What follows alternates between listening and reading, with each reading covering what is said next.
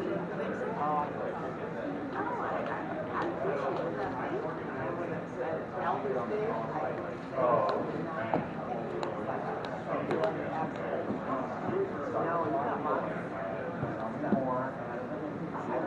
right, I think we're just about ready to get started. I'm just going to do a quick time check. Looks like it says 2:14. I guess I had to actually squint to see that. So yeah, my point of wearing a VR headset while I'm presenting is to point out the fact that the VR pass-through is actually good enough quality that you can kind of do a lot of the normal stuff you would do, and for instance, giving a presentation. And of course, it's not perfect. There's definitely more room for improvement, and the Apple Vision Pro does a better job than the Quest 3, but the Quest 3 is $500 instead of $3,500. So. Okay, so if you haven't figured it out, the name of the talk is Where VR and Where Are We Going? You notice I got VR and AR in there. We don't have much time, so we're just going to blast through it really quick because we got all slides. So let's go. So I actually gave this talk last year. There were some technical difficulties. It wasn't able to get all the way through, so we're just going to kind of blast through and see how far we get today. All right, so we'll do the introductions, give a little overview of what VR is and what XR is and all this technology. And then we're going to look at the present of VR. Right now it's kind of the era of VR mixed reality, and we'll explain what that is. And then we're going to move into AR, because AR is kind of the future. All right, so if you got any questions, just wait, and there'll be specific stops. So we're going to do really quick questions, because we don't have much time. All right, so who am I? I'm Richard, local VR samurai. And these are some of the games that inspire me. Most important is Final Fantasy VII in the bottom right. You can see a lot of MMOs, difficult games like Dark Souls, and some first-person shooters. And how did I get started into game development? So originally I started with the Leap Motion that was doing hand tracking back in 2013, and built some cool tech with that. Then I went to Beijing because VR started to become a big thing, and I wanted to jump fully into VR because I believe that's the future of immersive gameplay. And so that prompted me to go work for a VR mocap company. And you can see we got some samurai swordsmanship demos that I built while I was in China, and we showed off like in China Joy. And then we've got like this shooting game on the right, which was kind of cool because you actually had two separate tracked objects. You had the tracked pistol, and then you had the tracked barrel, and you would actually connect them together. So it's kind of like a rubber connection. It felt really good, felt really tight, and that would change the weapon type that you had. So it was kind of a cool way to work with immersive technology at the time. I ran a VR arcade in Janesville, so if you notice I got a VR setup in the room, and a lot of that is kind of based off of what I learned from running a VR arcade for a few months. Back at the end of 2019 for the holidays. I became a lead mentor at XR Bootcamp, which is like a good kind of like online university if you want to learn about how to get into VR and develop for VR. So I recommend XR Bootcamp, and they're partnered with the Hand Physics Lab, which is the holonautics team, and I got to work with them. It's really smart developers. And here's, you can see me set up in my VR arcade. And we did some free roam, so like LA Dead Zone is free roam, which allows you to have multiple people in a tracked area. They all had their separate guns, it was all wireless, and they can play like a co-op experience together, which is a lot of fun. So here's what I've been working on the past few years. So I worked with Microsoft on HoloLens 2, and then I worked with KWA, which is the airsoft company. So you can see I've got an airsoft gun here.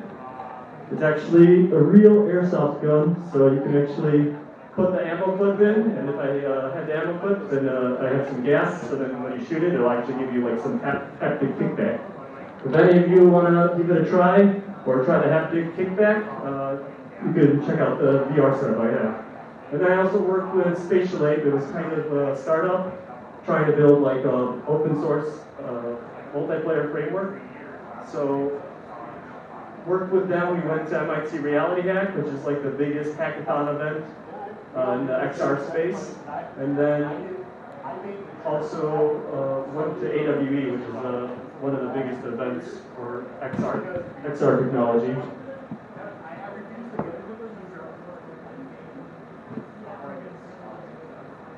Okay, so with the Airsoft project, we just showed it off for the first time officially at the Licensing Expo in Las Vegas back in May. So you can see this is what it looked like. And here's some gameplay of that.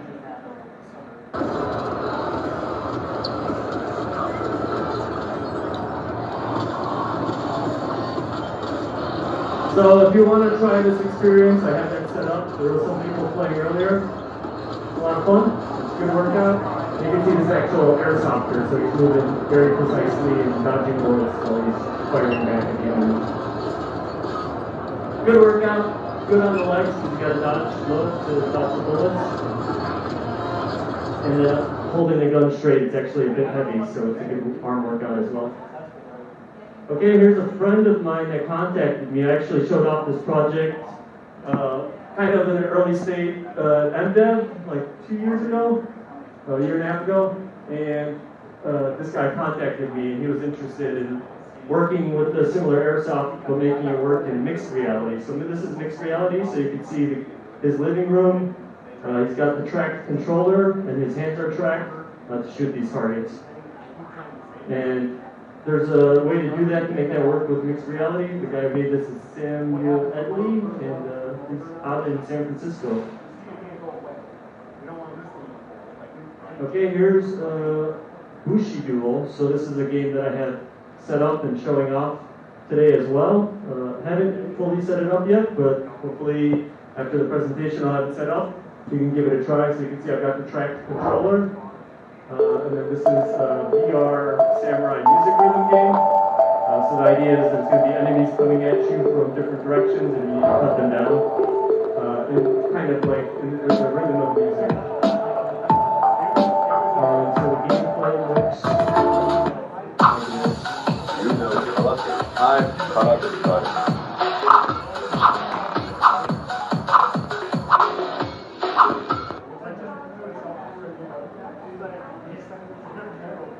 What is VR, AR, MR, and XR? There's lots of terminologies. Of course, in the tech industry, they love terminologies. So VR, we all know VR. This is from last year's slide. The new things that came out, so like yesterday or the day before, Pico 4, a new version of Pico 4 was announced that's competing with the Quest 3. So Quest 3, I would say, is like the best headset on the market. They announced Pico 4 Ultra, which is it looks like it's slightly better hardware-wise than the Quest 3, in the similar price range. But of course, being launched in China next month. Speaking of which, next month is going to be Meta Connect, and Meta is probably going to be announcing their new VR headset, which is going to be the Meta Quest 3 Lite. So right now, this Quest 3 that I'm wearing, it's a little boy. Continue and pass through. Don't double tap your headset because it thinks you want to jump back into VR. But yeah, the Quest 3 Lite is like $300 most likely, and the Quest 3 right now is like $500. So it's going to open the market at a better price point for everyone. And Big Screen Beyond is still probably the best. The other cool thing is the PSVR 2 just got PC compatibility. So if you have a PSVR 2, you don't have to use it with just the PS5. Now you can use it with PCVR as well. You have to buy an adapter. It's like an extra $60, but makes it a usable VR headset. So here's augmented reality. Lots of different terminologies, ways to interpret augmented reality. The idea is that it's going to be passed like wearing glasses. So it's not going to be passed through like the Quest 3 is. It's going to be passed through like glasses are. So right now, if like my headset freezes, like I'm not going to be able to see anything. If I was driving, I'd crash into whatever because I can't see anything. I'm blind. But with glasses, even if the hardware malfunctions, you can still see through it. So it makes it more safe. And augmented reality will most likely kind of replace smartphones in the future. So that's kind of where the technology is going. So what even is mixed reality? So mixed reality is kind of a big terminology on the scene these days. This is a mixed reality headset. It's also a VR headset. And here I'm just kind of showing different examples of mixed reality, like in the top left. That's considered at one point mixed reality because it's a bunch of people and they're mixing the physical objects with the real world objects. You've got HTC Vive pass-through, and that was technically kind of mixed reality, right? It's kind of the same thing I'm doing now, except for it was one camera and low resolution. And then you've got, of course, like Beat Saber mixed reality, because even in the title, and that's when you put a real world person in the virtual world. Unfortunately, no one can be told what the mixed reality is. You have to see it but yeah, so technically, so the terminology for mixed reality keeps changing. Nowadays, it kind of means this. So you got XR Elite, Vision Pro, Quest 3, of course. Don't have it on there, but you've got Quest Pro. I guess this presentation was made before the Quest 3 actually came out. But yeah, Quest 3 is mixed reality, and so is the Pico headset, Pico 4. Here it shows like a visual dial, which is kind of cool. That's one cool thing about the Vision Pro is you can kind of mix virtual and mixed reality with a dial. Here's a mixed reality demo I made. I'm going to skip that just for time. Looks like we're at 226. Okay. Yeah, so this is the AR demo, mixed reality. So here I would scan the environment so that I could do physics, and then I do kind of like a physics simulation using VR gloves that I'm wearing. So the company I work for, we built these VR gloves, and then you can see I'm interacting with the virtual environment. Now you can do it without gloves. Like right now it's tracking my hand, and wants to pull up a menu if I click my fingers together. Okay, now that we know what mixed reality is, let's celebrate with the backflip. So this is old school mixed reality, where you put the real world person in the virtual world. XR is an umbrella term for VR, AR, and MR. This is XR Japan XR Hackathon that the company I work for in China, we helped host. And that was our first time unveiling the VR gloves and having developers work with them. Any questions? Anything quick, interesting? No? Alright, let's move forward. Where we are now. So investors are back. So I wrote this a year ago. Investors are back. Yeah, but the video game industry kind of crashed at the beginning of this year. And so now things are a little bit slowed down, but because of the release of Quest 3, Vision Pro, and the Quest 3 Lite coming soon, that's kind of, it's raising things up. So it kind of is a little bit in the middle, and this past year I've been working, trying to build a startup, so I've been kind of learning more about investments and how that works. Working from VR. Okay, yeah, you can work from VR, or mixed reality. So yeah, Roblox in VR, that was a big thing last year. I gave a big boost, but really it was Gorilla Tag. Gorilla Tag, everybody's talking about Gorilla Tag in the VR industry. We got one fan over there. So yeah, it's funny because they wrote here 26 million in revenue. It's like a big shocking number in the VR industry. Now, a year later, it's already past 100 million. So, and this was made by like, I think one, maybe two people. Yeah, no Deckard. Valve Deckard. So the headset I'm showing off is the Valve Index. It's known for one of the best VR headsets, but it's already like 4, almost 5 years old. And yeah, they haven't released or announced a new headset yet, but eventually Valve should release one. And PSVR 2 stagnated, but because now it has PCVR support, and I think they actually have like a sale where it was like 150 less, it actually started selling pretty well the past month or so.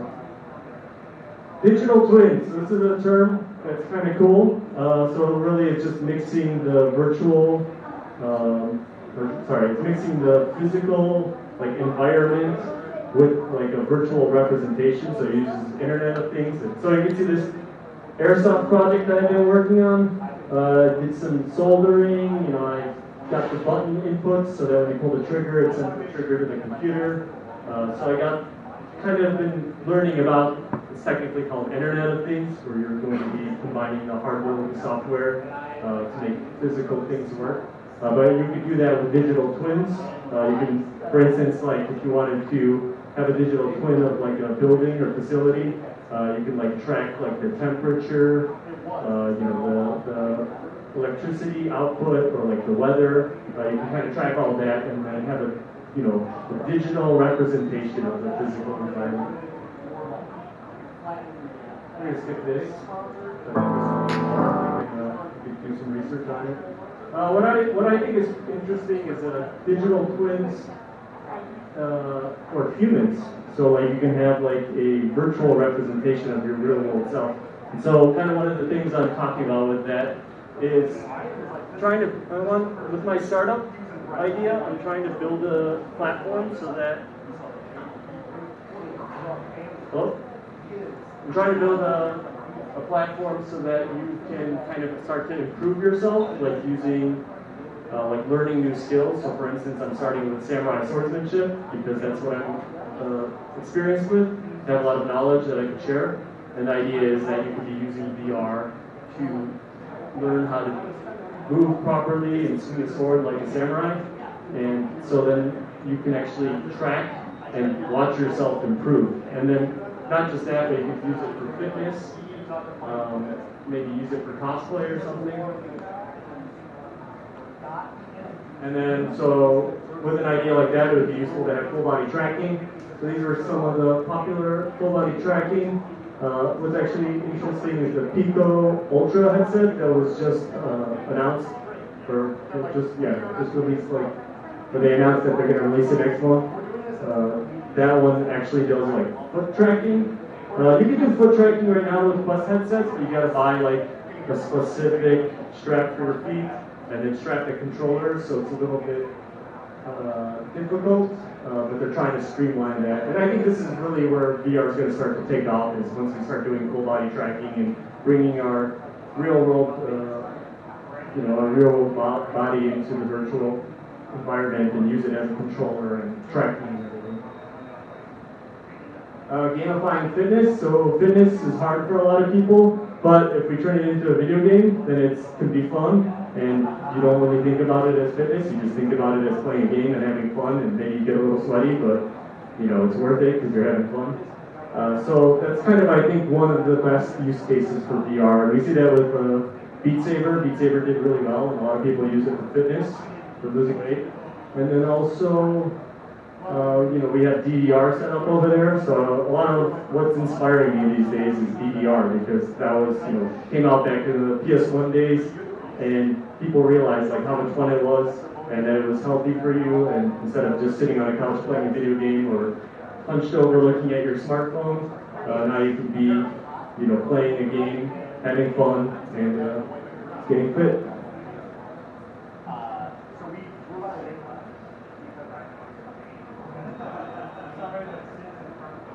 You've got fashion, e-commerce, so like I mentioned, kind of like cosplay. So cosplay or Halloween could be good use cases where you can kind of like scan your body, have a virtual avatar, and then you can pick out different costumes and see what it looks like before you actually buy the physical goods. And then you can have like your own wardrobe and scan through it and decide what you want to wear before you put it on.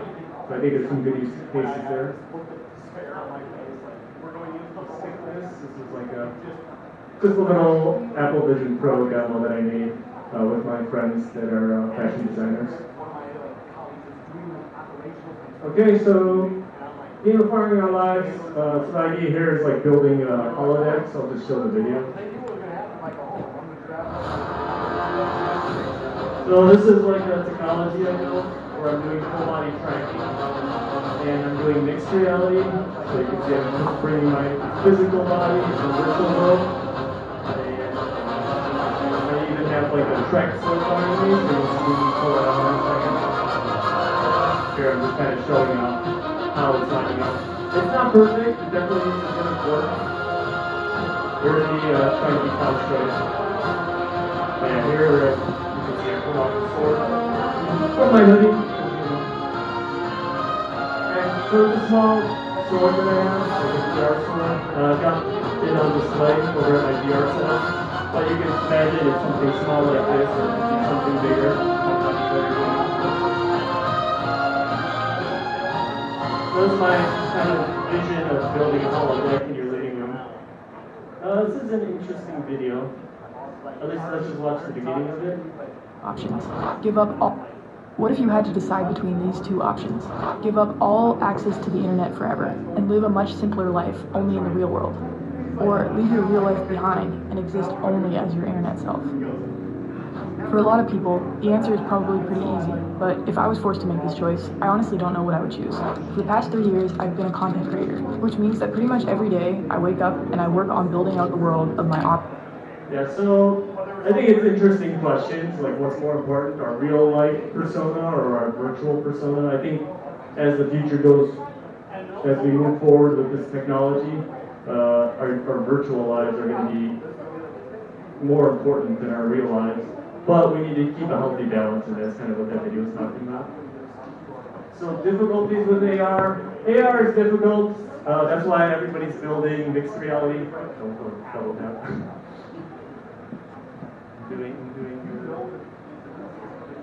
the meme when double tapping when I should. I don't want to throw it out there. Yeah, so AR is hard. That's why all the big companies, Meta, Apple, they're building mixed reality because AR is too difficult these days and really needs to be down to like glasses form factor before people really start adopting it.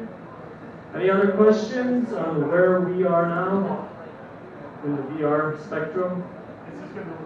No? All right, let's move forward. Time check.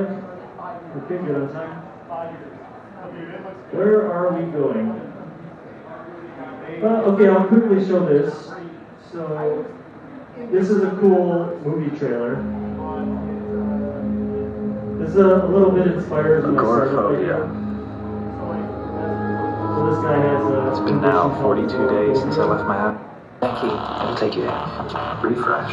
So, agoraphobia is where you have like a fear of leaving the house and getting in contact with people. So this guy's life is kind of messed up, and so you're going to see here he's going to be wearing the AR contacts. And so this is kind of what I'm talking about with like gamifying our daily lives. Like I mentioned, AR is hard, so we're not what if I told you could get rid of all your ambitions, procrastinations, your indecisions? What if I told you that right now you could walk out that door freely?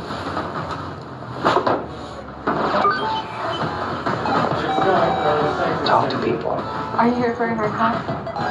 Yes, and a beard trim. Apparently. Be popular. Okay, who is XR4? Here's my take, is that XR is not for people in our generation or adults, it's more for the next generation, kids. And we could see that with the success, like huge success of Gorilla Tag. And of course Roblox bringing in more users into the VR ecosystem. And so what kind of taught me that experience, that VR is for the next generation, directed right over there? It's because when I was in China, I went to what's called China Joy. It's like the biggest gaming event in China and in the world because China has such a big population. And there was this little, so what was happening was a lot of people were trying the VR technology with the VR gloves and the VR katana, but they were kind of like confused. It was like too much things going on for the brain to compute, because I thought it would be easy, like yes, you can see your hands, you can pick up the katana, it's realistic, you can cut with the katana, but people just aren't really used to moving their body in a virtual environment. But when this was like 10-year-old girl came, she understood everything, she was having a blast. She was doing like the physics interactions with the VR gloves, she was cutting with the katana and having a lot of fun. To the point where she was the only one who I ended up giving a second katana so that she could have two katanas in VR and have fun slicing the two virtual katanas. So this is what that experience is like.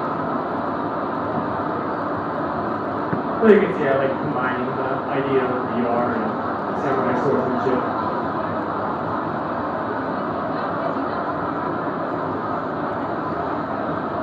And that's what it looked like in VR. So I was actually doing full body tracking. It wasn't actually tracking the legs, but the legs were just kind of moving autonomously based on where you were walking. But the upper body was all fully tracked to the point where you can hold the katana above your head, and it was pretty accurate. XR will be for education. So my view of the future is that most likely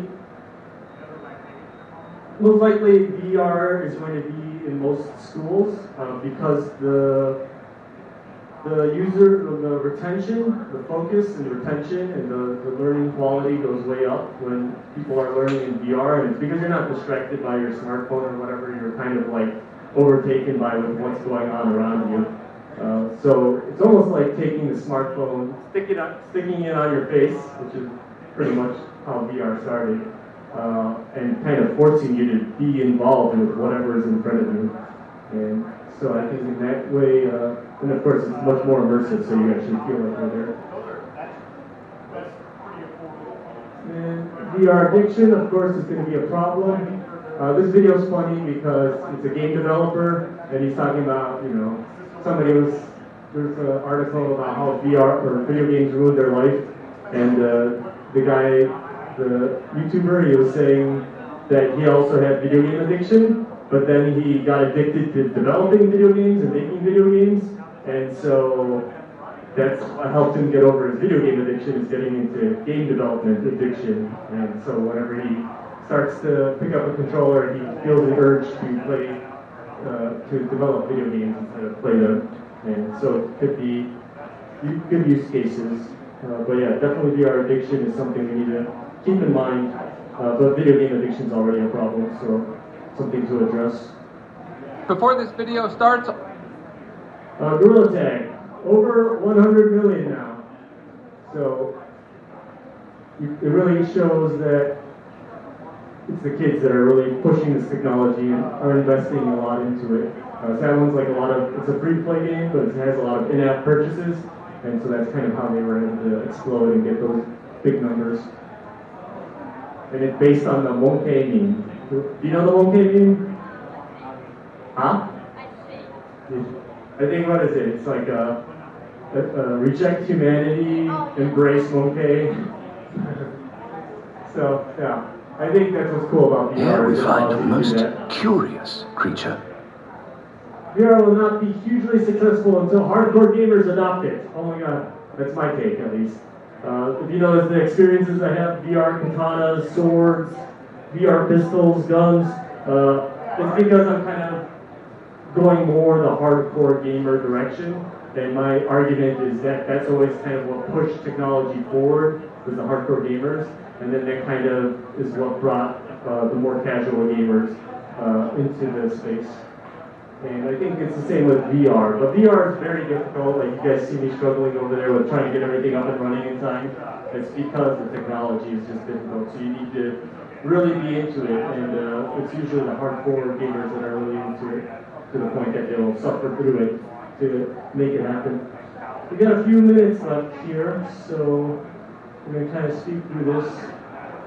How close are we to full dive? Holodeck, we kind of went over that a bit, but this is called holoportation. You can check that out.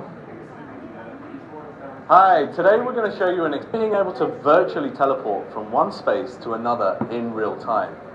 Hey, Sergio.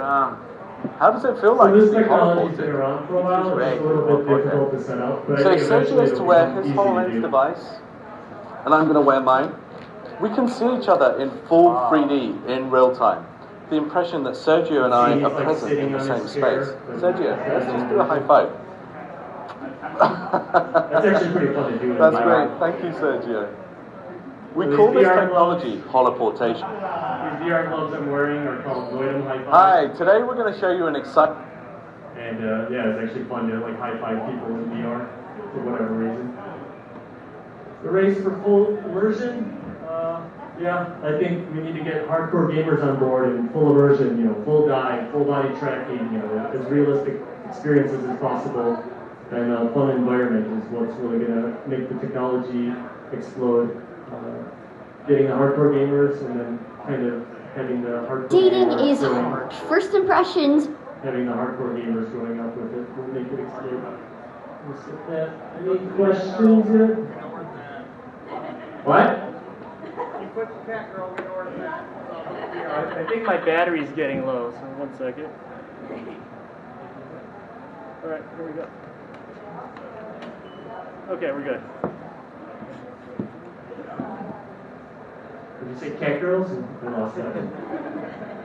Okay, so here's my idea for what I want to build. We'll just show that off real quick. So this is kind of the inspiration. So this is Final Fantasy VII Crisis Core.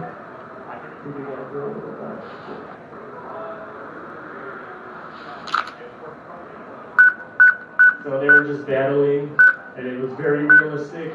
And the main character on this got killed by a sucker off the main villain. But then you find out that it wasn't real at all. It goes to a simulation.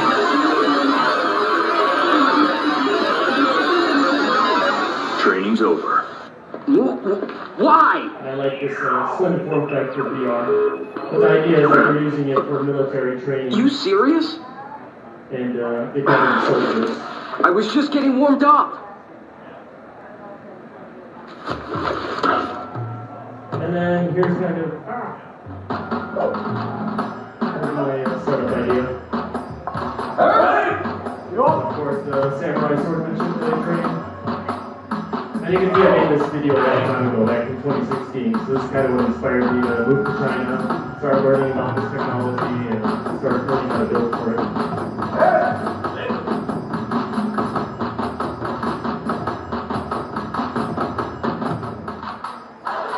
Konnichiwa. Okay. My name is Rich. Building a startup in XR. So the past year, that's what I've been doing, is building a startup. So here's the team that I recently released a simple demo where I was using the Quest 3 mixed reality. And then here's kind of the idea for that. Imagine a world where education is accessible to everyone. A place where learning no longer requires a classroom and is not limited to a particular schedule. An educational platform that turns learning into an immersive, interactive, joyful experience.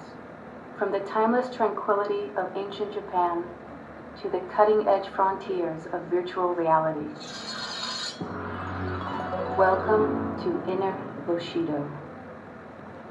No matter where you are, you can break free from your daily routine and enter the virtual dojo.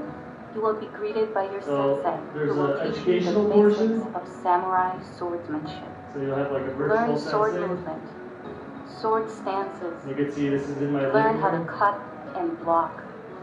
And when you're ready, test your skills in gameplay where you'll So this face is where off it's kind of against DDR darkness in a inspired, rhythmic music battle. rhythm.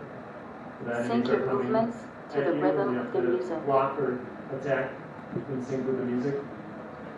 Get immediate feedback with real-time data analytics. So data Easily analytics, I think, is identify your best important when moves you're and tracking learn all how the to further movements, enhance make your sure that you're skills, doing all everything within the correctly, thrilling context and of so you can gameplay. address it and improve it Inner wherever Bushido is there's more than an issues. educational platform. It is a way of life.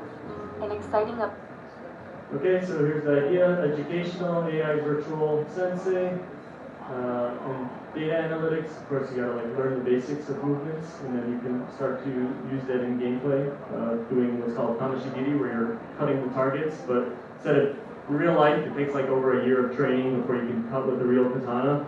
So, and you also have to be of a certain age, like 14 and above usually. But in VR, you can learn the basic movements, and then a few minutes later, you can be cutting virtual targets. And then, of course, the gameplay section, it's like a music rhythm. And so, since I've been working with the startup, there's what's called the Spatial Collective, so I wanted to do a shout out to them. So it's a group of entrepreneurs and startup founders in the XR space. And it's kind of fun to be working with like 100 other people that are excited and inspired with the same technology you are. So I think if you're going to try to build a startup, try to find groups like this. So right now they're using what's called a school. It's an application for learning new things. And so in this scenario, we're learning how to build a startup. And you can see these are some of the events. We have Inga from Shapes-XR. Shapes-XR is like a design tool, so that was this past week. And next week we're going to have Anand. May, that's right. They're going to be from Meta. They're going to be talking about the Lifestyle Accelerator Program, which is a program where you can submit like a cool idea or project for like a lifestyle use application using like the Quest 3. I think by the deadline's like in October. So if you've got some cool idea for building like a mixed reality app, you can apply for that. So some topics. They help with a lot of things. I think the most important is like kind of the mental game, right? I think that's where a lot of founders struggle. So the main guy of the Spatial Collective, his name is Don, and that's his LinkedIn. And this is, if you want to attend one of the Zoom calls, like the talks, this is a free one. It's going to be happening, I forgot to put the dates, but I think in like 2 weeks or so, it's going to be on a Wednesday. But yeah, those are the links if you want to grab it. If not, we'll move on. VR Creator Club, so this is another cool school group you can join by Justin P. Barnett. He's a really good educator in the XR space, lots of good YouTube content. And he's got what's called the VR Creator Club on school. You can see here's like some money for building startups in the XR space. So you can see this is the past few years of growth and kind of the expected growth. And you can just see, so these numbers are in millions. So this is like 22 billion, 27, 34, up to 70 billion by 2027. And then here they break it down into like the different types. So you got like B2B. It's a little hard for me to read because it's so small, but you got like B2B, B2C, clients and consumers. And then you got this even B2B2C, which I think are like VR arcades. But yeah, you can see the growth keeps going up. And then the biggest, the most successful VR games you can see, most of them are built by like 1 or 2 developers. So yeah, even Gorilla Tag says one person, no funding. So if you got a good idea, seems like a lot of simple ideas actually end up doing really well. So I think VR is already complicated, but you can get stuff like Blade and Sorcery. It's a realistic physics simulation, and that even does well, but that requires more developers. And then so that's my talk. Here's my LinkedIn. If you guys are interested in VR, XR technology, you can add me on LinkedIn. Here's all my information, email, X, Twitter, and YouTube. And if you're interested in my startup, it's called, you can go to bushinointeractive.com. All right, thank you. Don't let it get the designers.